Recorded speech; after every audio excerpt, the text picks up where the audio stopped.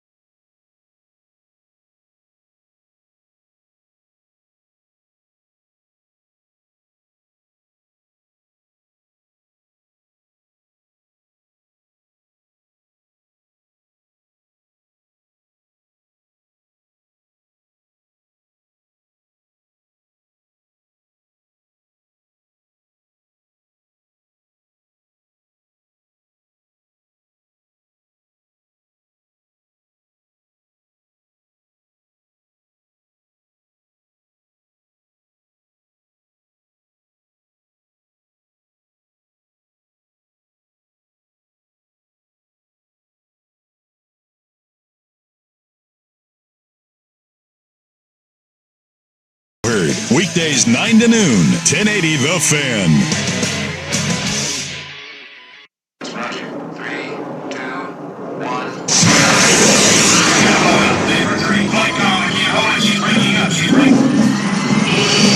Luke Anderson, astronaut. A man barely interesting. I just picture you sitting on the rail at a strip club eating a Lunchable. Will Darkins, hot air balloon attendant, frightened by technology. I love you, but you're saying that this little old man, this dude was a clean 6'6". We have the capability to build the 33rd best radio show in Portland. On Saturdays, about sports. The Sinner and the Saint will be that show. Better than they were before. Sportsier, funnier, more labradoodles. The Sinner and the Saint Tailgate Show on 1080 The Fan, the Odyssey map, and 1080thefan.com. Hey, hey, hey! Happy Saturday morning, all you beautiful radio listeners. Hope you're having a wonderful start to your weekend. Let's do this before we do anything. Let's check in with the most important man, Will Darkins. Fresh off your first golf show of the year, how are you feeling? I got March Madness. Oh, do you? You all right? Last night I was on the couch. Were you? And I was messing around with my son. I was like tickling him and wrestling him and stuff. And so, just so people, if it's your first time listening, Will's son is 27 years old. yes, Okay. yes. 27 years old. A modern miracle, Yeah. as I am 37 years old. Well, hey, look, I'm just picturing you and a 27-year-old tickling and wrestling. It's his stepson. I was messing around with him on the couch, and then he started making this noise going, and I go, 3 years old. yeah, 3 years old. Yeah. And he goes, and I go, what is that? And he goes, I'm a whale.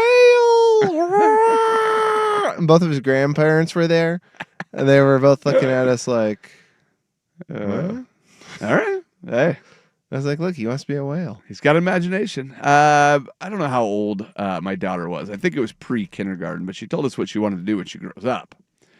She decided she wanted to be a genius at dinosaurs so she could help bring them back like they did in Jurassic Park. One of my... So she didn't learn the lesson then. No, she absolutely did not. She's like, those dinosaurs were pretty cool. Yeah. What about the part where they like broke out of their cages and tried to kill everybody? Nah, don't worry about that.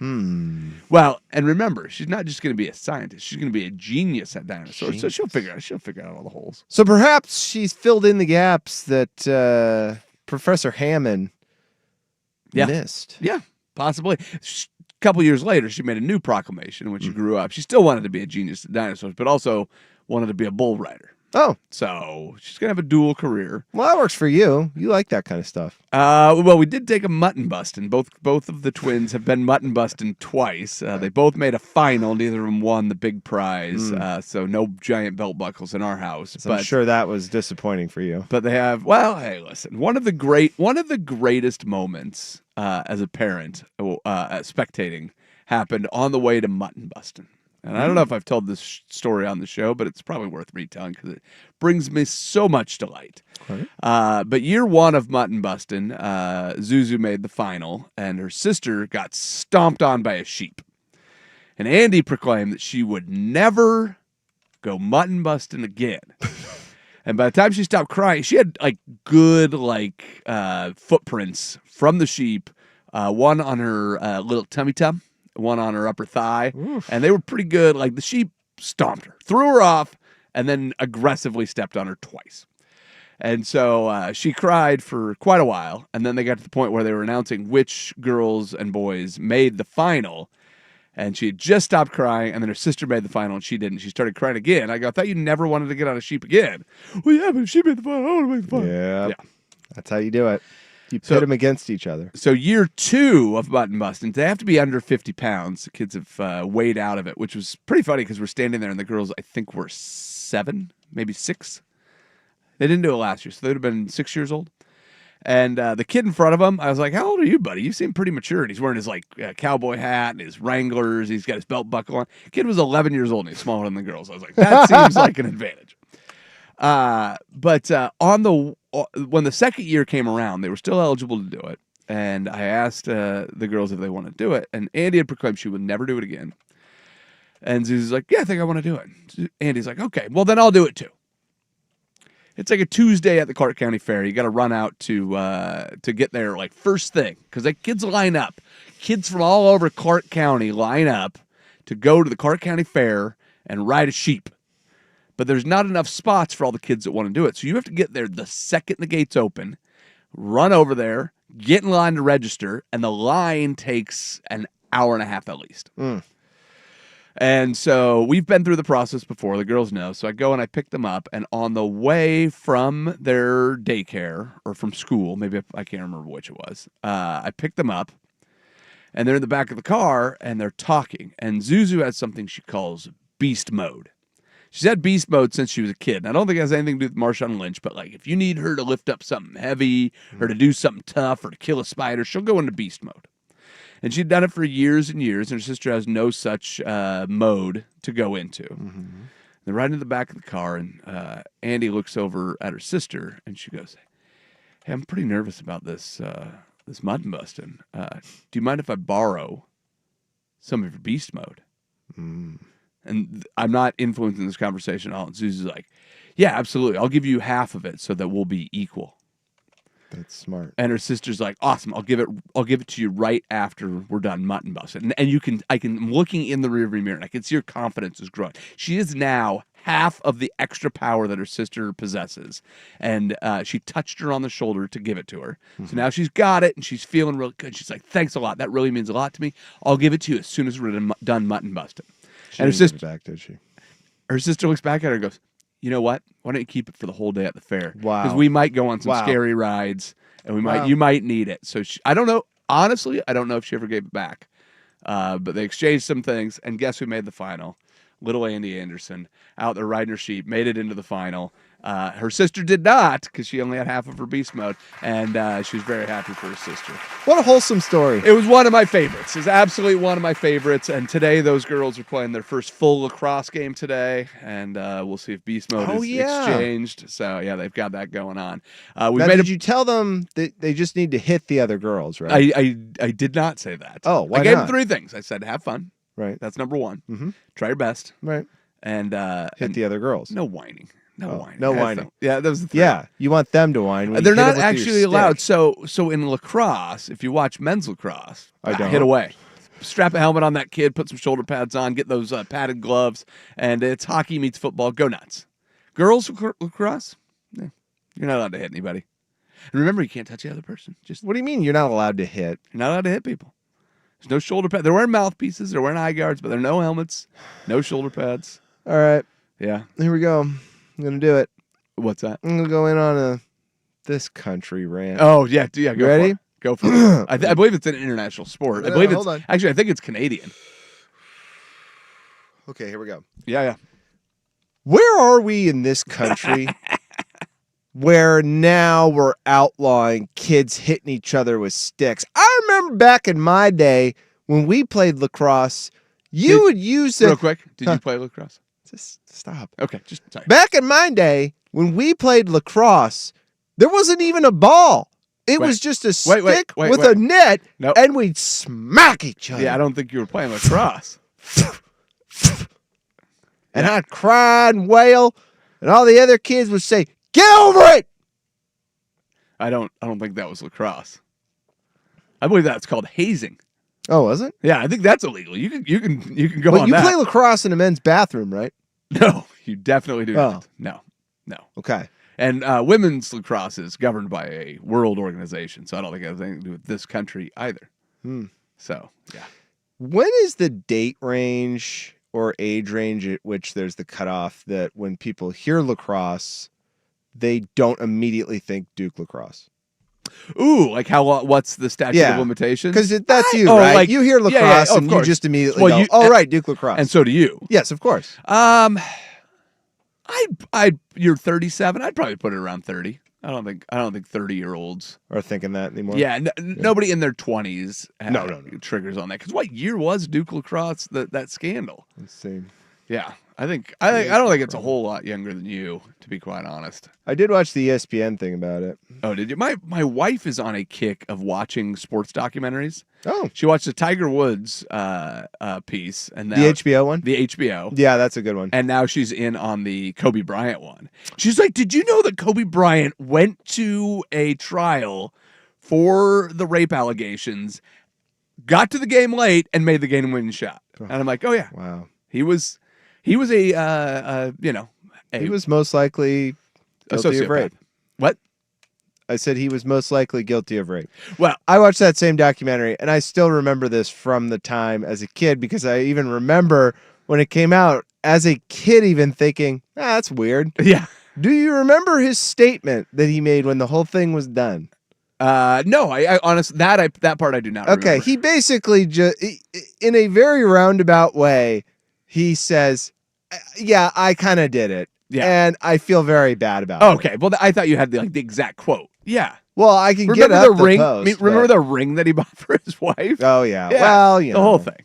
Yeah. The whole thing. Look, here's- but yeah. here's the funny thing is seeing it not through you and I's eyes, because I think I remember the same thing, like being like, oh, Kobe's a terrible person. He's just going to focus on basketball, and he's okay with being awful, and he doesn't care about anything else. Mm-hmm. He doesn't care about people. He doesn't care about perception. All he cares about is being good at basketball, and I don't think that's healthy. Does that seem pretty fair? Well, no, I think it was more just that, like, He's guilty. he's guilty. He's awful. And they bullied the victim, Of course. into settling. Well, and winning cures everything. So if he goes out there and he has his redemption story was don't care about sponsors, don't care about people, don't care about my family. All I'm going to do is go and try to win at basketball. And if people don't like it, F off. And then he did that, and then people started to like him again. And then he became a redemption story. And Well, I would think actually, interestingly enough, his redemption came later. I think it did. Because I think it came later post-career. in his involvement in women's sports yep. and in promoting women's basketball. And he did seem to, though it was a crappy thing he and his lawyers did and the act he did, it did seem he had a motive to redeem himself and to try to make amends for it. And for that, I say, people can change, and it seemed as though he changed. I guess my point is going back to that moment. Mm-hmm. He went Mamba. He was the Black That's Mamba right. from that point on. Because before that, he had his little, puffy hair, and he had all his McDonald's ads, and he wanted people to love him, and he wanted to be Michael Jordan. He wanted to have a smile, and then he went, "No, I'm just gonna go out and rip people's hearts out." And I don't care. I don't care what you think of me, and I don't care about anything. But that was the second half of his career. So I guess when my wife brings it up, she's like, "Did you know this stuff happened?" I go, "Yeah, Yeah. yes." Yeah, it is And I funny can with remember. those all coming out. Oh yeah. I'm trying to think because my wife had one too, where Malice at the Palace, Oh, that's a good one. You know what? I will recommend that for Yeah. my wife's viewing. and she, it's even That's a wild crazier one. for her because she didn't live in the country, so she didn't even There you have go. like a peripheral awareness of it because it was a huge deal. I wonder if my wife has any recollection of that moment. But that's the thing too. It's like, Yeah. what do they say? Of the people that watch the Super Bowl, we talked about this a few weeks ago after the game. It's like, it's unbelievable how many people. It's like a third of the country. And we were saying how, 100 million people are watching a lot of people. this football. It's a ton of people. But that means 2/3 of the country is doing something else. And what percentage of the country has no visibility whatsoever on pro football in this country? And if you sat down at a dinner party with those folks and they're like, "What do you do for a living?" You're like, "Well, I talk about sports." And they're like, "Oh, sport. And they just look at you like, That's but what there's you get. when I go to dinner parties. But there's I get challenged. What do you do? Oh, I have like a sports radio show I do on the weekend. Oh, how many points per game is this person scoring? No, I don't know. But again, remember that there's an entire subset of people Yeah. that don't even know what points per game reference. That's true. That we go to the opera and we go to like imagine going to Fraser Crane's house and hanging out with Right, yeah. those dullards. They wouldn't care. I'd like the dog. The dog. Yeah, there you go. Do you want to talk about sports today? Yeah. Where do we want to put the tournament? Do you want to get it over with? Oh, would you like to? Sure. Oh, That's fine. all right. Let's get. Are you? Is your bracket busted yet? No. Does that help? Nope. I've told you my philosophy. I have not missed a pick in the NCAA tournament in years. Wow. I'll tell you how I do it. We'll do it next. Center and Saint, 1080 The Fan. Searching for the perfect blend of performance and luxury? Look no further than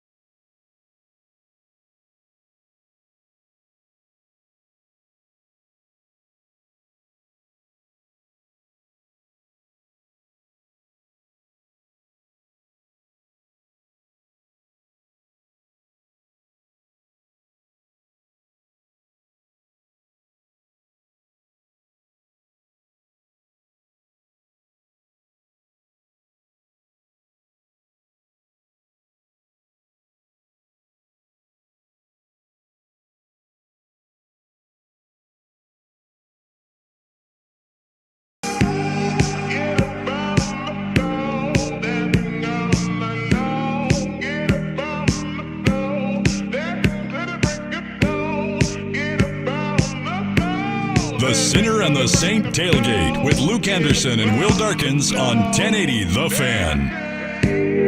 Welcome back in, ladies and gentlemen. It is madness. It's madness in sports. Can you believe that if you play 30 basketball games in 2 days, that some of them are upsets?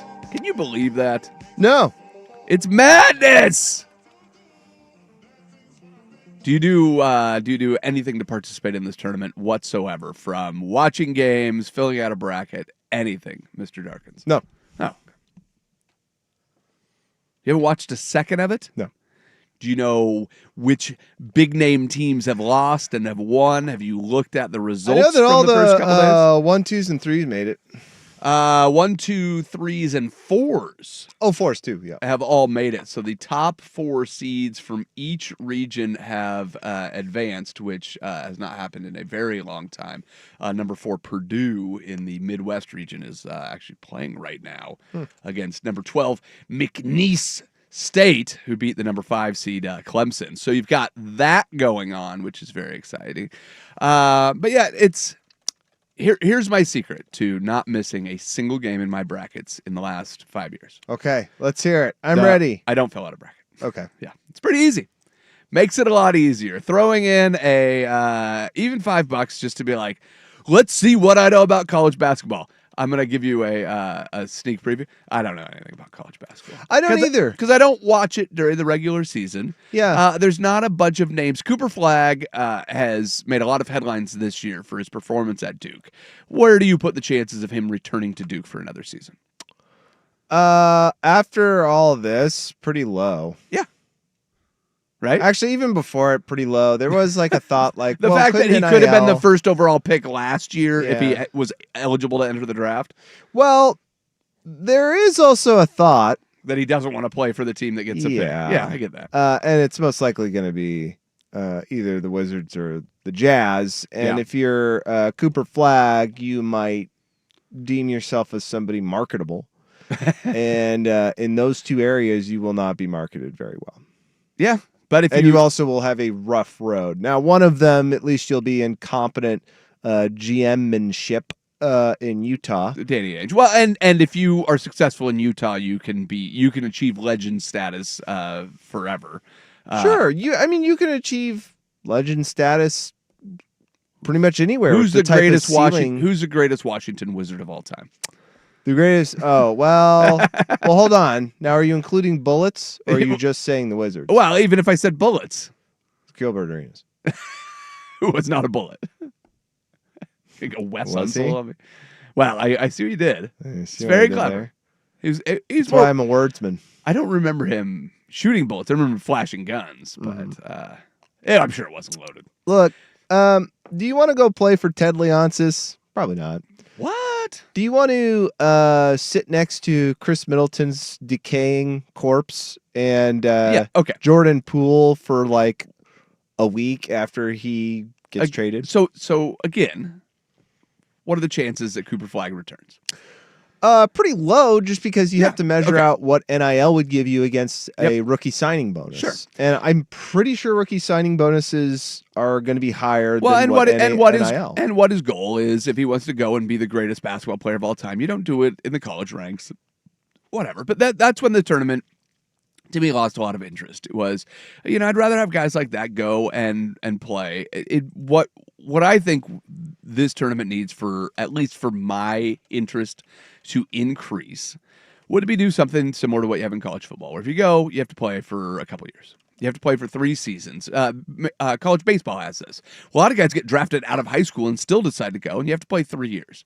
But if you could tell me that there was teams returning that made a run the year before with some of these, big brands on their chest, I'd be all in for that. That was when it was fun. You could go out there and you'd be like, oh, this is the year Frank Kaminsky and the team from Wisconsin's finally going to break through. Or this is the year that the chance that Duke and UNLV meet again in the finals, or the Fab Four is going to win it this year for Michigan. Something where you have a storyline where you don't have to watch the regular season of college basketball. Yeah. Hope your team makes it because all of their best players are leaving after this run. Well, and that's, I mean, you're kind of hitting on why the national interest in college basketball is just completely deflated. Of course. Is the fact that it's not really.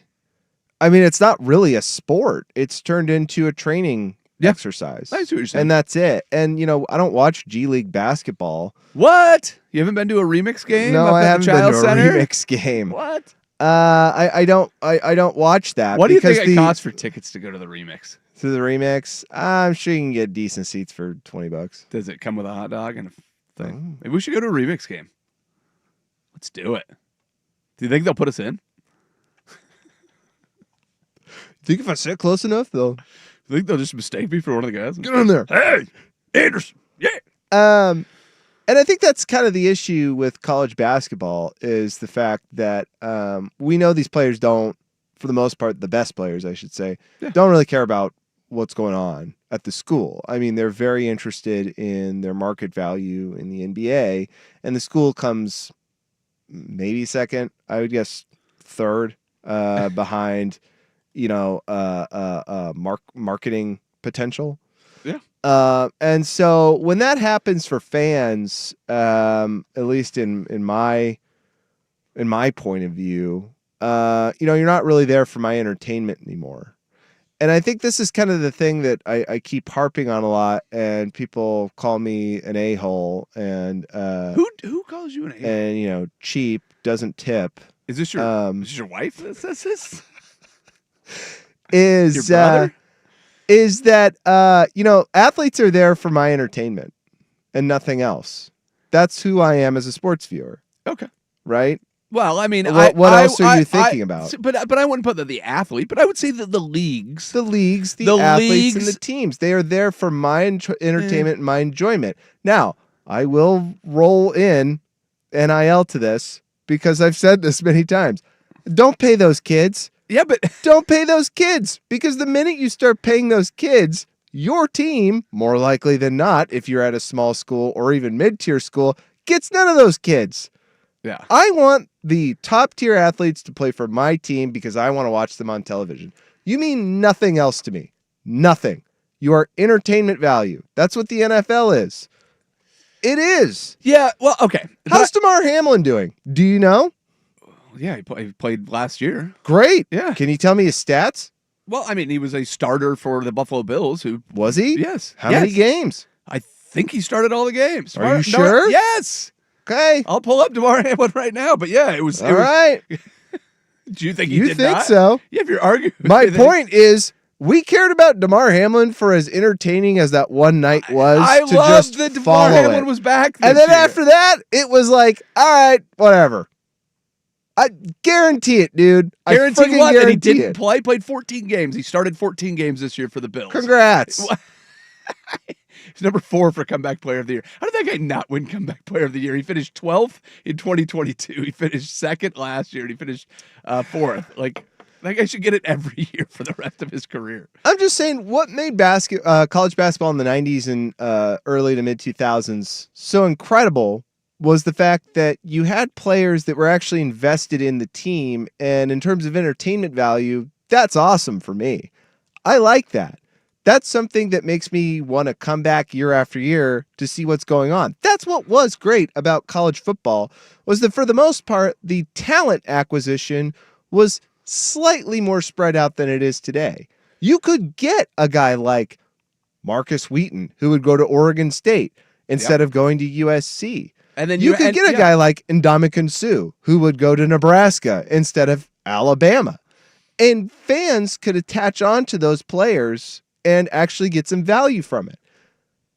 Yeah, but Now, yeah, but I think What do I I think that's care? less about NIL and it's more about the transfer portal and how easy it is to move. But that's I think beside the point. Where what the NBA has done with the one and done rule is absolutely dismantled, because there is at least some consistency. You do get players that stick around in college football more so than you do in college basketball, Well, where they have the to. very best players are going, yeah, my parents said I had to be here. Referring to the NBA, like I'm just here until I'm done. Like, how many years did Calipari's Kentucky teams. Just be like, oh, are these guys going to be any good this year? Like, we know that they have 5 of the 7 best players in the thing, but are they actually going to play good basketball? No, probably not, but maybe if they get in the tournament, they can do something. But outside of the 1 year that they won, they never did. Now he's doing the same thing at Arkansas, where it's, let's hurry up and get somebody.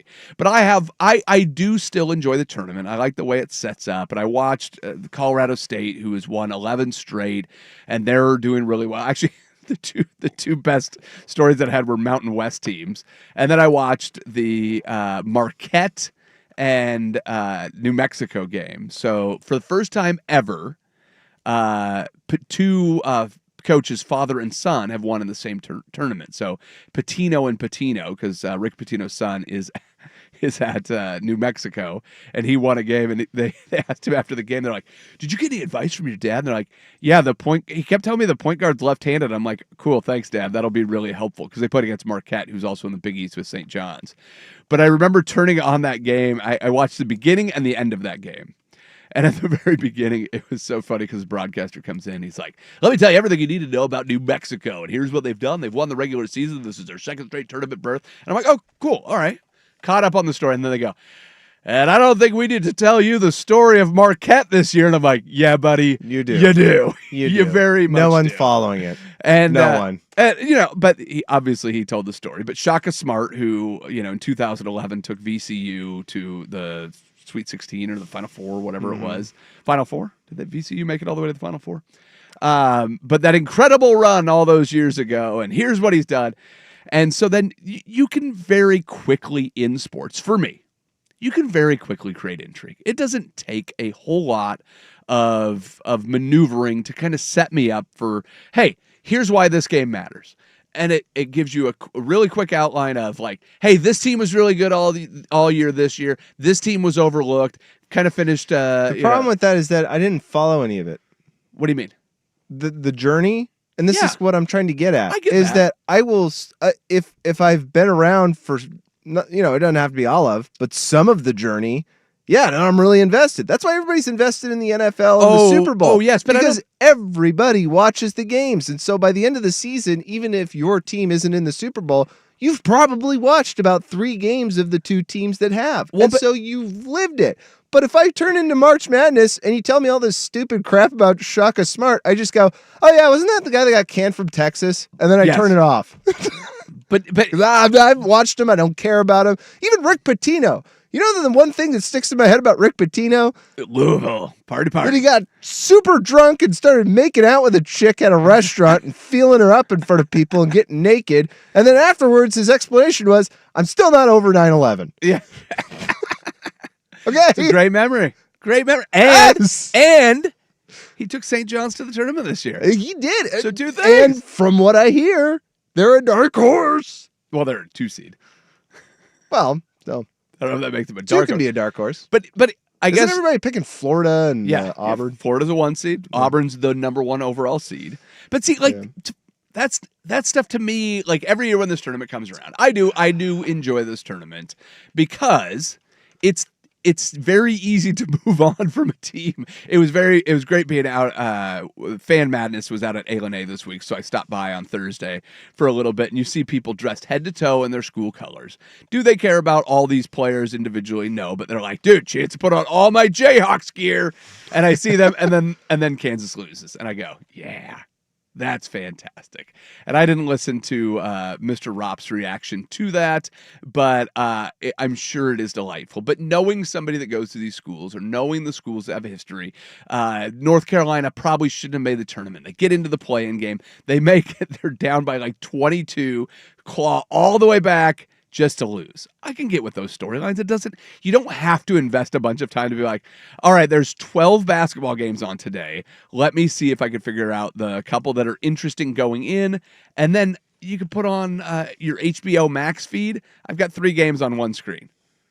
I just move my cursor around. I'm like, oh, this one's got 2 minutes left. It's a 4-point game. Let's watch the end of it. It's great. I mean, if you want to watch really good basketball, I've got another idea for you. Portland Trailblazers basketball. Yeah, I went to a game. I know. I want to hear about it. Oh. So we'll do that. We'll talk Blazers. They are within spitting distance of the play-in tournament. But before we get to any of that, here's Mr. Darkins with your SportsCenter update.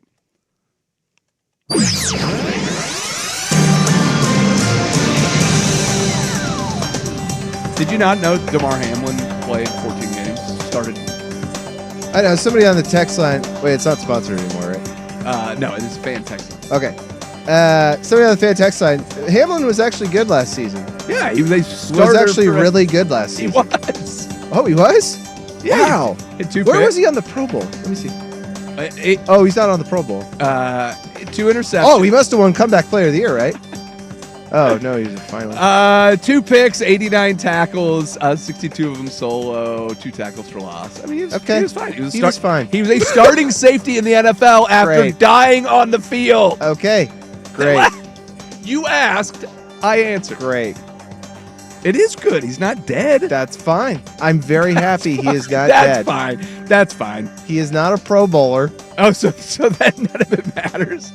Well, no, when somebody on the text line says very good. Yeah. Okay. Oh, by that standard, they're all very good. Yes, he's All right, they're all very good. You know who's very good? Jameis Winston. Hey, James Winston just got a job. Do Try it. it. I tell people about What's going on there? it. I don't know how that guy I mean, keeps- not him, the team. Like, what are the Giants doing? Oh, they need a backup quarterback. They don't have a starting quarterback, know. do they? They're starting with the backup. Well, so what? Where do they pick? What, fourth or something? Or no, third? They're third. Okay, so what? You get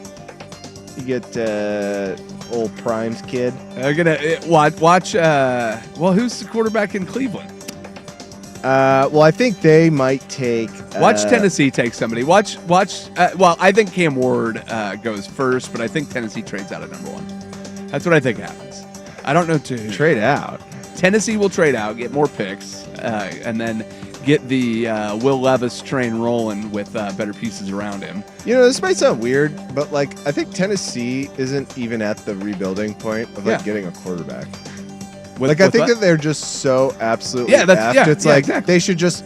they should focus on other things. That's what I'm saying. Yeah. Trade out of the first pick. Yeah. Get offensive linemen, defensive linemen. line. Yeah, get as many picks as Maybe you a can. good secondary. I don't Get know. as many picks as you can for that first overall pick. Whoever Yeah. moves in there takes Cam Ward, then Shador, then watch the Giants take Jackson Dart at third. Yeah, he's apparently been like a, because you know this happens every year with the draft, where like a guy comes on late that everybody talks. He's kind of, he is the feature this Jackson year. Dart, Rookie of the Year.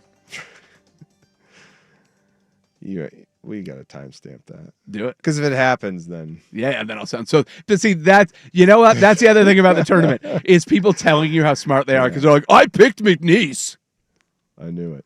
181 perfect brackets after day 1. More sports scores and stories in 30 minutes. Will Darkins from the George McCoy at Warren Allen Sports Desk. Kurt, missing work. Insurance companies acting like jerks. Don't call your mom. Call George McCoy at warrenallen.com. Do you owe $10,000 or more in credit?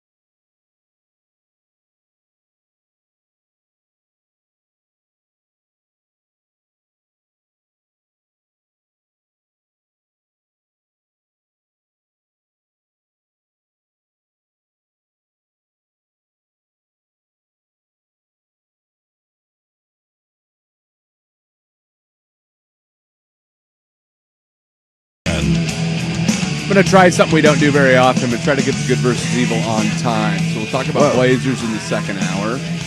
A couple things about this tournament for anybody that's not paying attention like you. I believe there are 2 9 seeds that won, 2 10 seeds that won, 1 11 seed, and 2 12 seeds. Those are all your upsets. Should we be disappointed when the committee got it right? Like, oh, they seeded everything correctly, and the teams that were supposed to won. Like, I think there's like a collective disappointment. Why? There wasn't that many upsets. Like everybody looks at the bracket and they just go, oh, all right, where are my big upsets? Where's my 14? Where's my 13? Like, they got it where's right. My car? What's that? I said, dude, where's my car? Yeah. But yeah, you get this tournament, and I think it's built on everybody thinking that it's Cinderella's. Most of the time, the best team or best few teams win the tournament. So you have an opportunity to go and watch this. I think after the first couple days, as these brackets get busted, I think everybody just kind of goes, all right, well, I don't really care who wins now. My team's out. Yeah. So it's just, I think it's one of those collective things where we can all put in, and sometimes the less you know, the better you are at picking these brackets. And so I just think it's one of those moments in the sports calendar where it's like, all right, let's all come together and watch something that we wouldn't normally otherwise watch. And that's the marketing that they've done around this tournament. I think that is a positive thing. And the reason that I make the claim that I wish college basketball would go to the college baseball model where you have to play 3 years if you go in is because this tournament used to be better. And this is one of those things that I think it's a pretty easy fix. And it would be great to see the NBA just go, okay, you know what? I don't think this is really helping anybody, having everybody go through. And I think Donovan Klingen's a perfect example of this, where he was a guy that was played on a national championship team for a team that actually won back-to-back, but he was only there for the 1 year. But he was like, yeah, I need some money. So I think here's where you're going to run into a roadblock on that, because I've thought the same thing too. Is like, why don't you just nix the one and done and just go back to what it was 3 years? The problem now is that, there's dudes who are even superseding college and just going to Europe. Which is fine. Yeah, because but then what's going to happen is that you'll get the top guys who will basically say I mean, look, the only reason Cooper Flagg went to Duke, Cooper Flagg did not go to Duke to take advantage of their incredible Masters of Business Administration program or their really good school on software design. Actually, he did. Oh, what? Yeah. His software design is legit. It's way good. Yeah. He did it to play basketball, and so he has some unnecessary things he has to do while he's there, which is he technically has to go to class, right? Sure. He technically has to do all these things that they don't want to do. Now, in Europe, you don't have to do that. Sure. In fact, ball is life in Europe. Yeah. You are a semi-pro player, and after 1 year in Europe, or possibly even 2, because you could make more money over there perhaps, and better skill and experience, then you'll go to the NBA. And NBA teams will follow with it because they'll go, well, I've clocked that guy as this good, so I don't really care who's in college anymore. It'll become kind of second-rate drafting players, Like after about 5 to 7 picks, then they'll go to college. Which, but that I'm fine with. Because, I mean, if you look at college baseball, the most exciting player in Major League Baseball is probably Paul Skeens right now. Who played... No? Shohei Ohtani. Okay. Shohei Ohtani, the young player. The most exciting rookie last year coming out of his rookie class is probably Paul Skeens. Yes? Mm-hmm. And sorry, Shohei, who played internationally. Well, you didn't say young, you said most exciting, and I was like, well, among the most exciting, however you want to say. Would you agree that Paul Skeens is exciting? Yes. Yeah.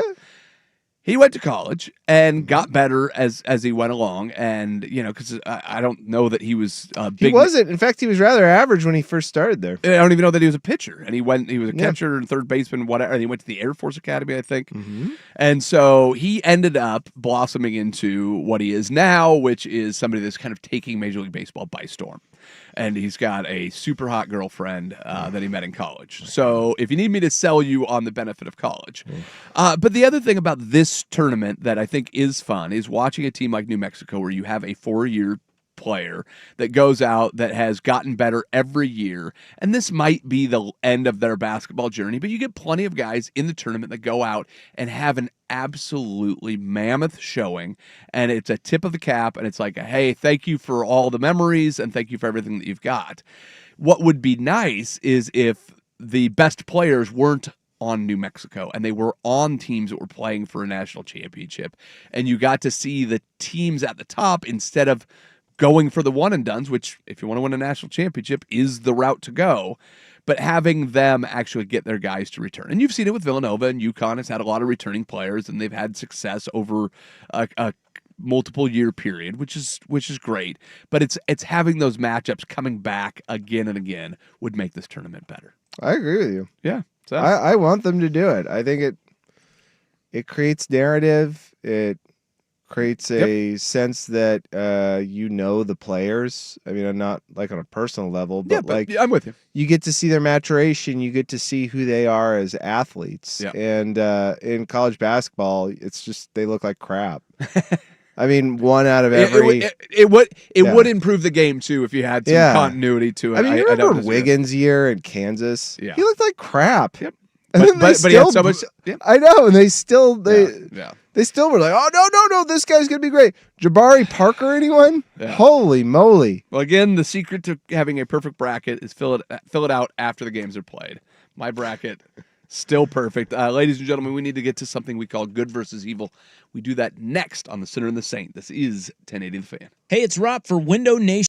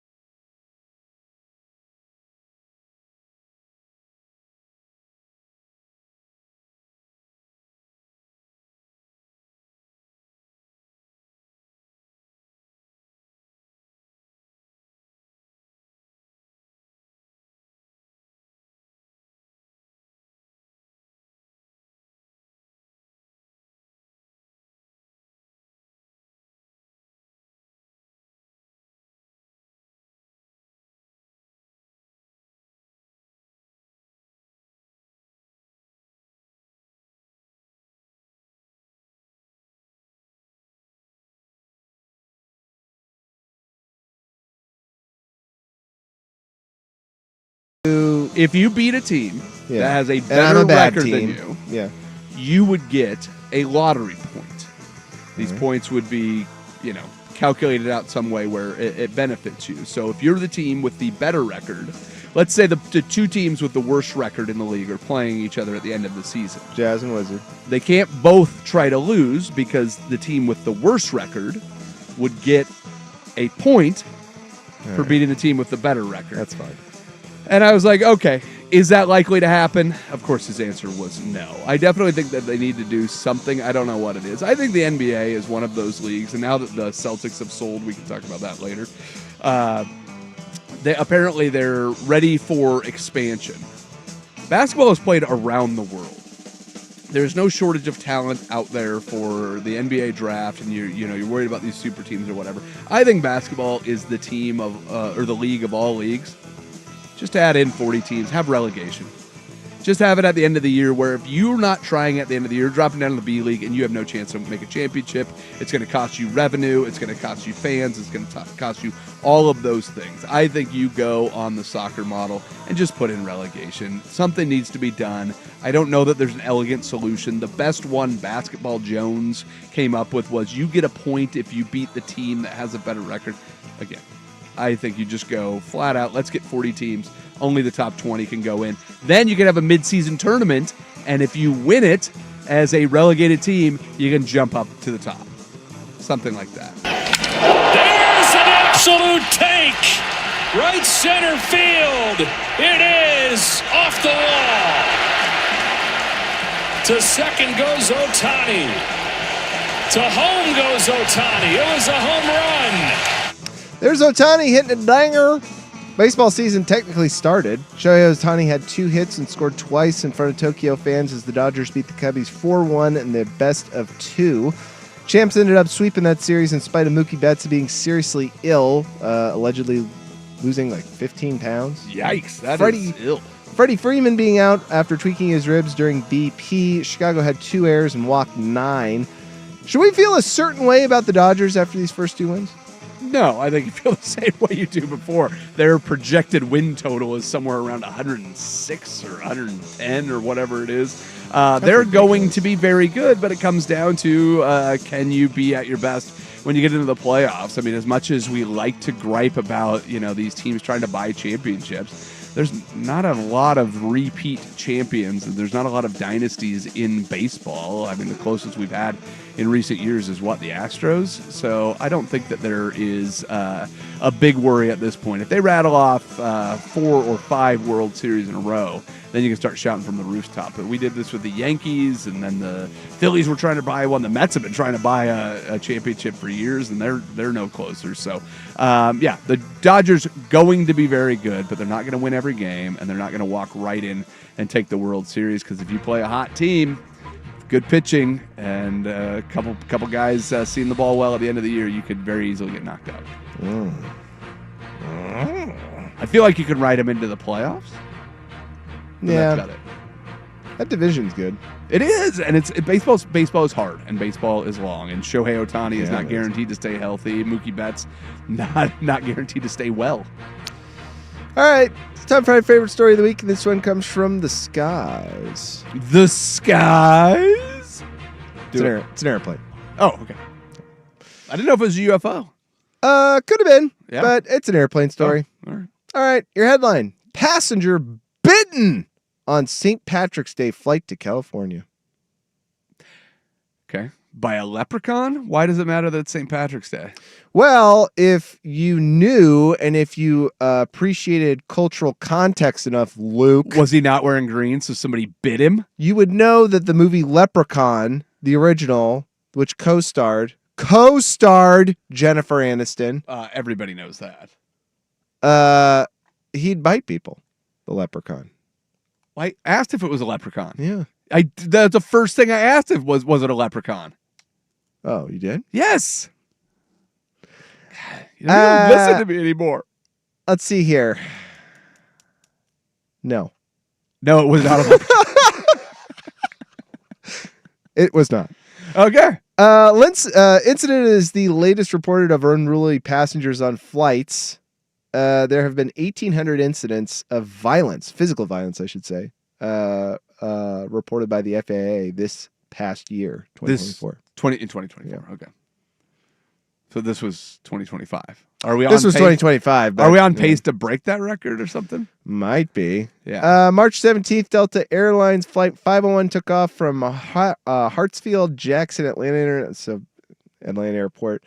But when the plane landed and was taxiing to the gate, Delta staff called the LA Fire Department for a medical emergency. Quote, "We were responding to reports from Delta staff about an adult male patient who had been restrained on the aircraft. Reports from staff were that the person had bit another person." Stranger? Just bit a stranger on an airplane. Yeah. All right. What do you have to do? Okay, well, here's my question, right? They will not let you get on a plane if you look a certain way. They really won't. Like, if you look deathly ill, they will actually stop you from getting on an airplane. Yeah, or if you're too drunk before the flight. Yeah, if you're too drunk before the plane, they will stop you. If you look as though you are not in your right mental facilities, they will probably stop you. How did this person get past that? Or was this person, the biter, so just like activated by another passenger that they just said, F it, I'm biting them? Or were they on hallucinogens and thought they were a cornflake? There's really no way. And you think they timed it right? Just like took it. Man, you look delicious. Because they somehow got it past security. Because what? You would have had to take them in the parking lot and then run through the security at the airport. This is the Atlanta airport, so it sucks. It does it? The Atlanta airport's terrible. Yeah. Not fun. Cool. So yeah. No, I don't know. I mean, I'd like more context to what, like, was there an altercation and somebody was bit? Or was it like the guy just like fell asleep and he's like laying on like the heavy person's shoulder next to him and he pushes him off and he snaps back and bites? Yeah. Is it he just wanted a nibble? Who knows? Wanted a nibble? Yeah, he just looked at the guy's shoulder and just went, that looks pretty good. Take a bite. They're not giving me food on this flight. Yeah. I'm going to eat this guy. Did he bite a man, a woman, somebody he knew, a stranger? I mean, there's so many unanswered questions that are probably in the article that you haven't read.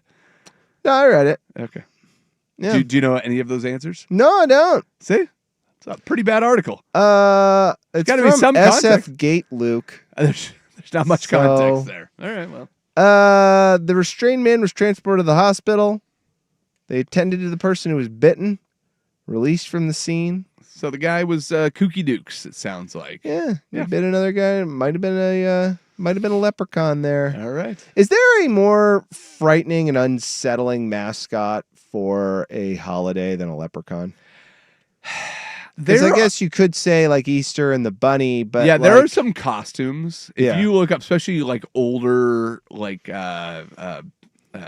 Easter bunny ones. Yeah, I've seen those. Yeah, they're kids get the pretty terrifying. Yeah. Tooth Fairy and Santa Claus both go into your house. Tooth Fairy's not a holiday. Yeah, that's a good point. It's still Santa Claus, though. It does have its creepy factor. Yeah, he runs down the chimney. There's some older versions of Santa Claus that are pretty good. I mean, the Krampus is an actual holiday demon. Not widely celebrated, but yeah. And that too, there's not too many mascots for holidays. I mean, Uncle Sam for 4th of July. I suppose, yeah, that's true. You know, Thanksgiving, I mean, you could say a turkey, but there's no like generally accepted like, hey, the Thanksgiving turkey. That really hot oak tree for Arbor Day. It's up to no good. Sexy maple tree. There's Cupid. Cupid's just hanging out in his diaper, shooting arrows into people. Yeah, pick a holiday. Wouldn't it give me a holiday that doesn't have a mascot? I just gave Jerry Jones for Thanksgiving. What about Halloween? That's a creepy one. You don't really have You don't need one for Halloween. Yeah, like it's kind of mixed. There's no generally accepted but it's like just one. Be creepy. I suppose a pumpkin. Yeah, but it was Jack-o'-lantern. Yeah. Yeah. Or any, take any ghoul or goblin. Yeah. But okay. Yeah. So leprechaun, that's the creepiest one. I think that's my vote. Come on, man. Some obviously drunk small Irish just guy. Because he's Irish? Yeah. Yes. What? He's just going after his gold. He's not. I'm Haven't I had a wee nip? You know what was one of my favorite parts about Leprechaun? The No, movie? tell me, child. What was your the favorite? third one. It was called Leprechaun. You watched. You're telling me you watched 3 different versions of No, the Leprechaun no. movie? Oh, I watched the third one. just the third one. Yeah, because it's called Leprechaun in the Hood. Look it up, dude. And we have this conversation a lot on this show, but like, I wanted to be in that studio executive room where they were like, "All right, we're making a third one. What do we do now?" VHS executive room. I did see. I don't know which is a conference room at a Comfort Suites. I do not know. I do not know what the streaming service was that had it. I almost watched it, but one of my favorite terrible movies. I've told you this story before, where we watched Battlefield Earth. That's a good one. And MVP in a night because me and a buddy were doing kind of like a double date with these girls. We were not long out of high school, and I'm like, "What movie do you want to watch?" Doesn't matter to us. I'm like, all right, but if you don't pick, we're going to pick the 2 worst movies we can find in the Blockbuster Video or Hollywood Video or whatever it was that we went and we came out with MVP, nice, Most Valuable Primate, about a hockey playing chimp, and then Battlefield Earth. Yeah. Well, the other day I was scrolling through and MVP is available on one of the streaming services. Is it really? I'm not sure which one it was. I almost put it on just to see how bad it was, but I remember it just being fast motion. That's monkey the part. hockey. Yeah, Oh, that's yeah. hilarious about With it. other skaters like in the background, they Yeah. couldn't even clear the ice. Oh, Yeah. It's Well, I mean, how much is your budget? Oh, Well, your budget's blown on the monkey, right? yeah, probably. I would guess. Probably. You're probably not really getting much as an actor there. I can't imagine that there's a whole lot of redeeming qualities, but Yeah. but here's what I do remember is it was better than Battlefield Earth. That I can tell you. The entertainment value Yeah, okay. was much higher for Monkey because it was so bad you could laugh at it. The other one they were trying really hard. Yeah, and it was a legit film. Yes. Just a legitimately bad film. Yeah. It was a try-hard bad film versus like I bet you we could sell this to some kids. Yeah. Yeah. I want to give me a director who's been an assistant director on other studios. Hey, This you is want to his move first up? job. You want to move up from commercials to movies? Yeah. Got a project for you. And he was like taking Hey. it too seriously on set. You did a great job with that monkey in the Mountain Dew commercial. Yeah. What I'd like to offer you is a feature. Or maybe even better, he did some monkey ice skating work and everybody saw it and goes, we'd like to build a movie around this. Around you. And we want you in charge. Yeah, exactly. Well, it worked out because Yeah. we're still talking about it. There you go. There you go. And it's apparently a streaming service paid Yeah. some money to have it on there, I would imagine. It's better than that filthy, stupid dog that plays basketball. Exactly. Oh my gosh. I've never watched that movie and you showed me the child abuse scene.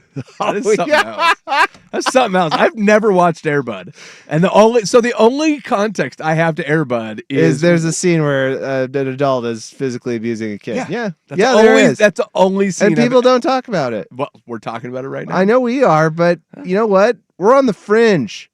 Well, it's like nobody talks about Dirty Dancing being the greatest abortion movie of all time either. That's true. Yeah. That's overlooked. Nobody puts baby in a vacuum. No? You're drunk. Ladies and gentlemen, that is our Good versus Evil. It is brought to you by 808 Hawaiian Restaurant. You should eat their food. It is delicious. Hawaiian food and the college basketball tournament. Is there a better fit? I don't think there is. Just check out their menu online, ate-oh-ate.com. You can order the food right there. Pick it up in Beaverton, Burnside, or Woodstock. Hour 2 of the Center of the State. We'll talk Blazers. We'll talk how much would you pay for a professional sports franchise and more. This is 1080 The Fan.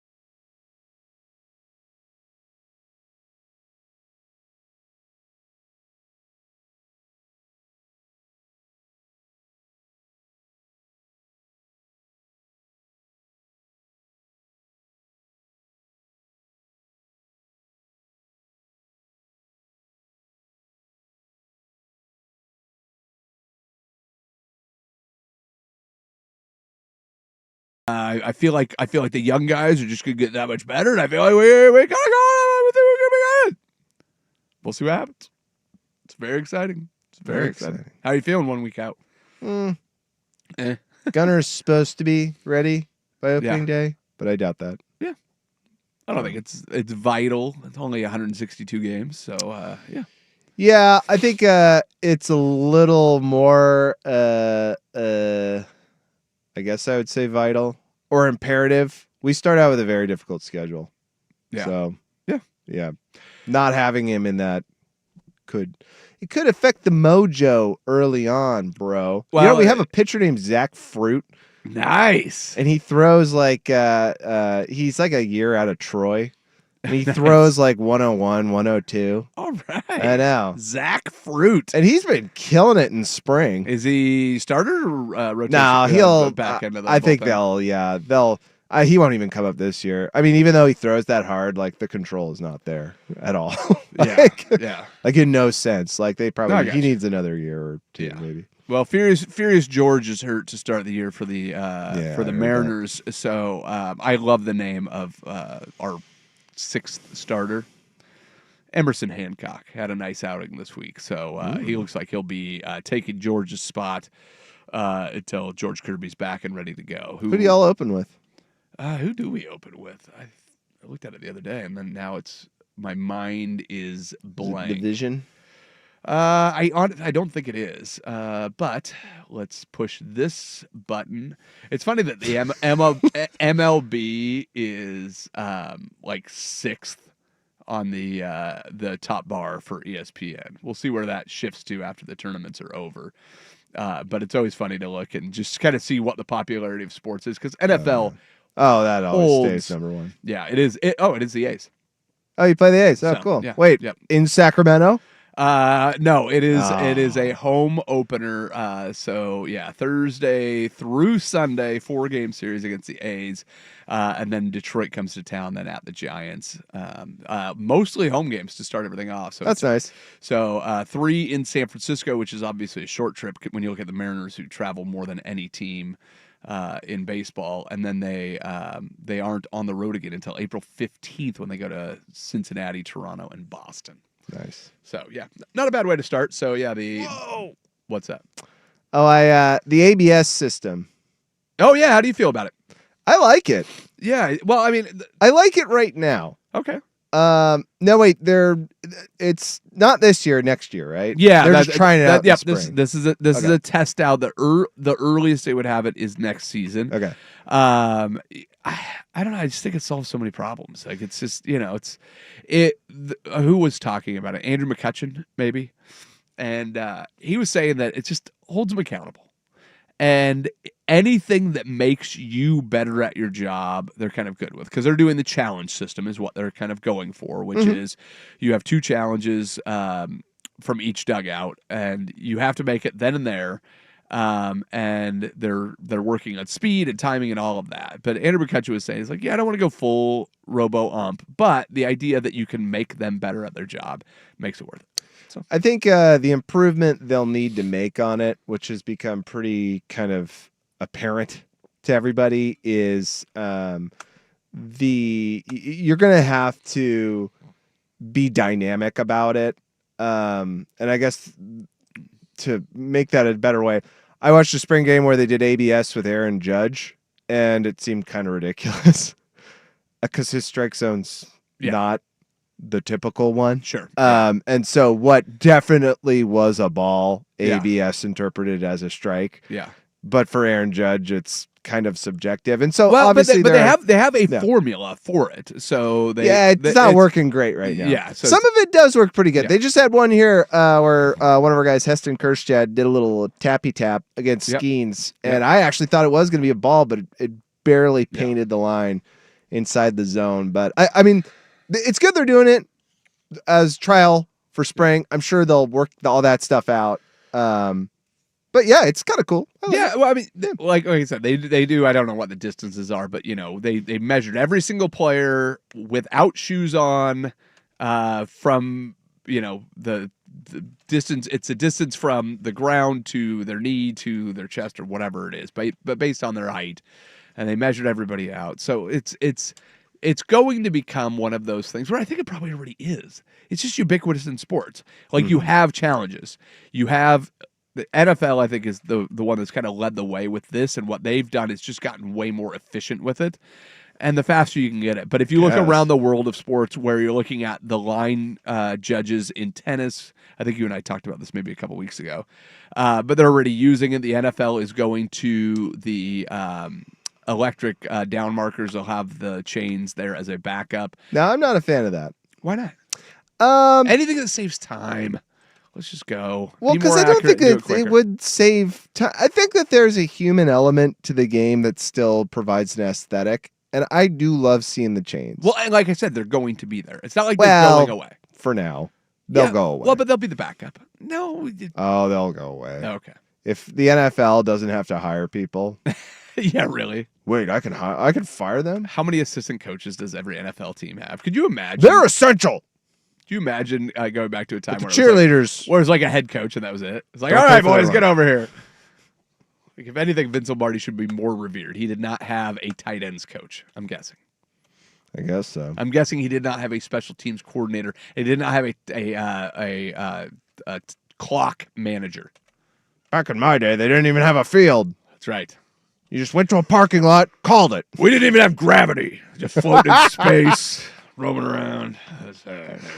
How did anybody score? You did. You just did it. Yeah. You didn't whine about it. Yeah. You didn't make a big fuss about it. You didn't go to college to do it. You just did it. So you went to a Blazers game this last week?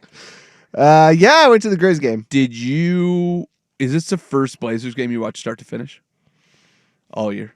Oh, all year. Yeah. All right. Probably was. Let's get some reports back on I'd like to hear what the Moda Center vibe was like. I haven't been to a game this year. And then what your perception was of the team, and see if there's any change in your future prospects for the Portland Trail Blazers. We'll talk to Will Darkins of the Sinner and the Saint next on the Sinner and the Saint. This is 1080 The Fan. Hi, it's me, your USPS Ground Advantage shipment. Just left the warehouse and hitting the road. I know. Just got the notification. Great.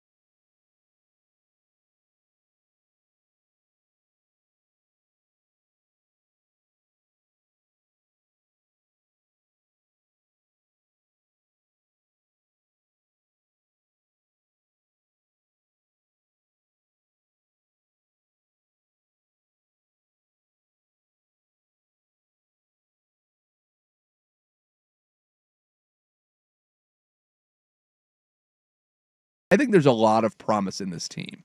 And then you brought up something earlier. Is Chauncey Billups the guy moving forward?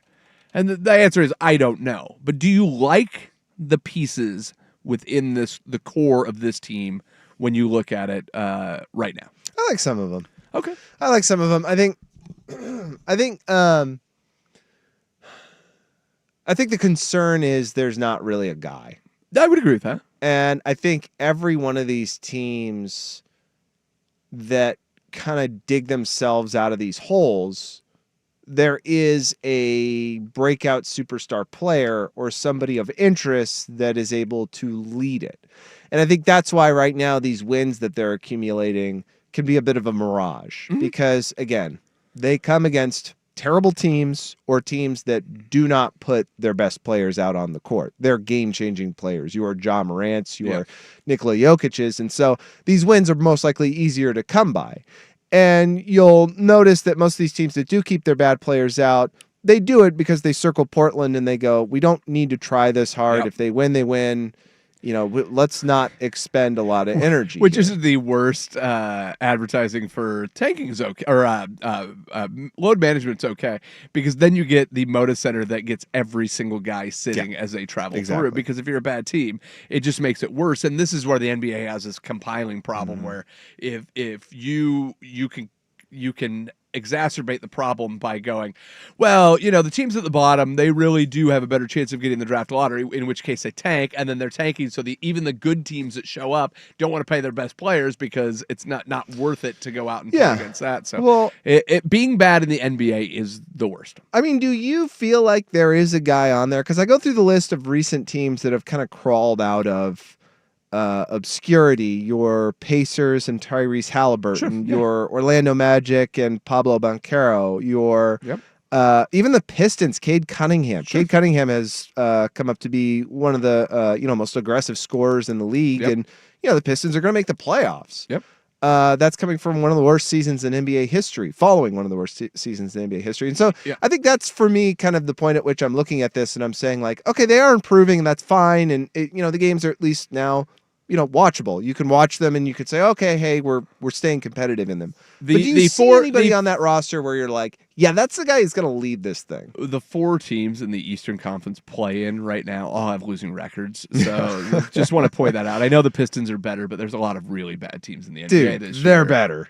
No, I'm not. I'm not discrediting that, but like the fact that but they are still playing in the East. The one guy that I constantly look at and just watch the way he looks at peak is Shaedon Sharpe.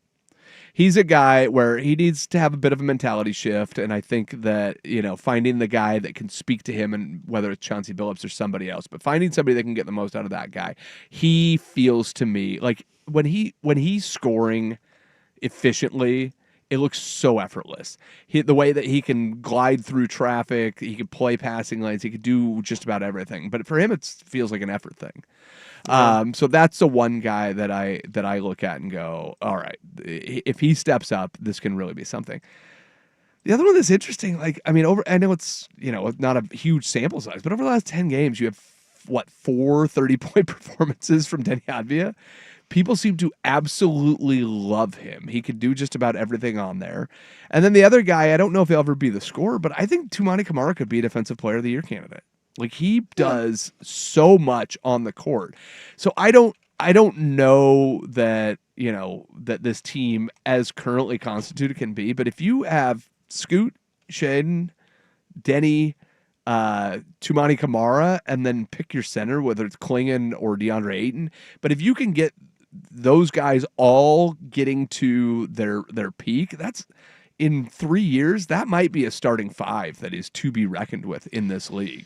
Well, and I think, but they all have to continue to get better. But all those guys I listed off, I think the oldest one is Avdija at 23 or 24. Well, and I think you're one piece away. That's kind of what I'm. I would agree with that. You're one piece away. The trickiest thing for me with this team is there more you can get from Ant? Yeah. That's kind of how I feel too. Is there Jeremy Grant? I don't think there's any more that you're going to get from him. DeAndre, He's very good, but yeah. Well, no, and these are good players. DeAndre Ayton, is that a guy that you're expecting a whole lot more from? No. Chris Murray is a guy that I look at and I go, well, can he be Keegan Murray? It's his twin brother who is that much better in Sacramento. There's all these things, but it's like, but again, I think you're dead right. It's like, who is the star? Who is the engine for this? But I didn't, and you get these number graphics or whatever. I'll send it to you here in the break because we'll look at it to wrap it up. But somebody sent me the age 21 season for Shaden Sharp and SGA. And I'll see if I can find it, and I'll try to send that over to you if I can find the infographic. But it's a side-by-side comparison of SGA at 21 and Shaden Sharp at 21. And I don't know how much any of that really matters, but it's comparable. And there's some columns where you look at Shaden and you go, all right, so he's a little better. Does that mean he's going to be that guy? I don't know. Does he have it? They both play for Team Canada, and they both have it. So but would you, if you told me 4 years ago that Shai Gilgeous-Alexander would be the leader of a top team in the West and a MVP candidate, I don't think I would have believed you. Well, I don't think you would have believed me because there wasn't enough of a sample size. This is my. But you there think there's enough? There is a sample size with Shaden Sharp. Okay. Like, I mean, Shai wasn't playing as much as he on the Clippers as much as he's. No, I understand that. I understand that. I think that's like. But Tyrese Halliburton, a lot of people look past that guy, or Jalen Brunson is a guy that was the third banana. You ready for me to throw something out here for you? I am. Okay. You mentioned 2 guys in your list of guys. Beautiful list. Thank you. I named the players on the team. You did. I did. I liked it. Yeah. Did I forget Duop? 2 of them. Duop. Reith. I went to the game with my brother, and was he wearing a Duop jersey? No, my brother goes, Duop's just a doofus. I was like, yeah, kind of. Yeah, but he's big and tall. Jeremy Grant and Anthony Simons. Yeah. How would you feel about trading those 2? I'd be okay with it. And packaging that up. But what can you get back? Draft pick? Did you know that there's a player on a team right now who's a perennial scoring champion? Kevin Durant. Who wants to be traded. Kevin Durant. And has about 2 years left. Guess who's not playing for the team that passed him up? Kevin Durant. Kevin Durant. Oh, get lost. What? What would be bad about that? You know we have the most to offer the Suns, right? we have a lot. We do. This is what not I said. Not only draft picks, but we have, hey, you want a all-star forward, a somewhat all-star forward, and a guy that can get you 20 a night? That's something. You got Devin Booker, right? Yeah, Devin Looks like you don't have a point guard. You know, one of our guys actually plays point. Devin Booker, Bradley Beal, and Ant Simons. And Jeremy Grant. Hey, listen, I am for. You want some picks and cash? I just don't I don't want Kevin Durant. How old is he? He's 36. Yeah. Who cares? Me. What are you giving up? You're giving up a guy that you would have had to overpay anyway, Jeremy Grant, right? Okay, but because we are kind of overpaying. But you him. just said this team is a year and a half away. Yeah. Does Kevin Durant make them 6 months away? Yes. 100%. Okay. I mean, that would be the guy. Yeah. All right. I hate him. I don't like him. Do I want him on my team? Because he can score a lot? Yeah. Yeah. Is he an annoying little bitch? Yeah. All right. You're telling me that if we got Kevin Durant through a trade, you wouldn't automatically be like, oh my God, I'm watching every game. Dude, I'm watching every game then. Yes. I consider me tuned in. Like every game I'm watching. All right. It would make it interesting. It would make it interesting. And I have a hard time disagreeing. I have thrown this idea out to people, and they all laugh at me, and they go, "Okay, name me who's going to trade for him then." Yeah, and they go, "Yeah, well, the mother." And I was like, "Yeah, we have the best package." Could they also get Paul George and James Harden? Oh no, God, Paul George. What is that? I couldn't tell you. He said there's something wrong with his hand, but he's limping. It's kind of like, oh, huh. There's something wrong with his playoff P. Yeah. Now Harden, I mean, Yeah. I'm not crazy about it, but he's filled out more as like a guard. I thought you were Yeah. gonna say Oh filled well, out. yeah, he's gotten fatter, but Yeah. no, he has. I mean, he's more complete of a player than he used to be. He's always been very, very good. Yeah. But I don't want him on the team. Yeah. But Kevin Durant. So what? Give me that lineup: Scoot, Shaden, Durant, Klingon, Jumani. Yeah. What? Advia? You gonna hate on that lineup? Yeah. You have two defensive BAs. You have a once in a generation scorer. Hey. You have a point guard that's named Scoot. And you have an athletic freak at the 2. Yeah. Who's getting better at shooting. Yeah. Well, hey, listen. I think that there's definitely some building blocks. It feels like this team has some direction. I'm very curious what they do with Chauncey Billups at the helm, and I'm excited for their offseason. It should be fun. The Blazers have 4 or 5 remaining games against teams that are out of the playoff or like in that playoff territory or play-in territory. The Phoenix Suns have 1 game against a non-playoff team going the rest of the way, and the Dallas Mavericks have 2 games against Brooklyn and 1 game against Toronto. None of them play each other the rest of the way, and they're all fighting for that last play-in spot. Would you like to see your Portland Trail Blazers in the play-in? If it was a home game, I would. Yeah, it won't. But whatever. It would be. I'd watch. And Why it'd be not? Fine. Why not? I am not worried about if they miss a playoff, they lose their first round draft. At this point, Yeah, I'm with you. Yeah, just try to win as many games as you can, get the experience. I think being in a playoff environment, even if it's a playing game and it doesn't count as a playoff, is good for this team. I suppose that first round draft pick again might play into the whole trading for Kevin Durant thing. Yeah, well, dude, I'm telling you, I know you're telling I have been laughed at for this. Yeah, and again, over and over, my counter is, tell me who they're going to trade him for then. Well, where they're going to trade him? Or where they're going to trade him. Tell me a better package than that realistically a team would offer. Could the Blazers still sign Aaron Rodgers? Oh, man. Gosh, that's another one. Would he just retire? He'd probably. I get. Well, because the Giants got their guy. We have to tell people. I hope not. We have to tell people what to watch. We'll do it next in a segment we call What to Watch. Sinner and Saint, 1080 The Fan. Hey, it's Dusty. Victorico's breakfast tacos are the perfect way to start your day. Fresh eggs, savory meats, creamy chipotle sauce, and all the flavors you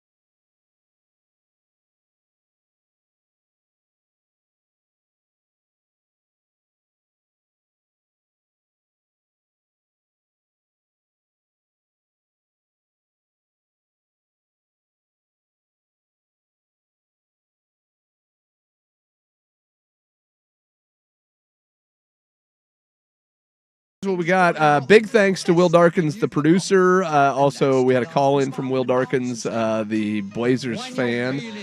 So thanks to him for doing that. Everybody that's listening, thank you. And for now, we're done. Bye-bye.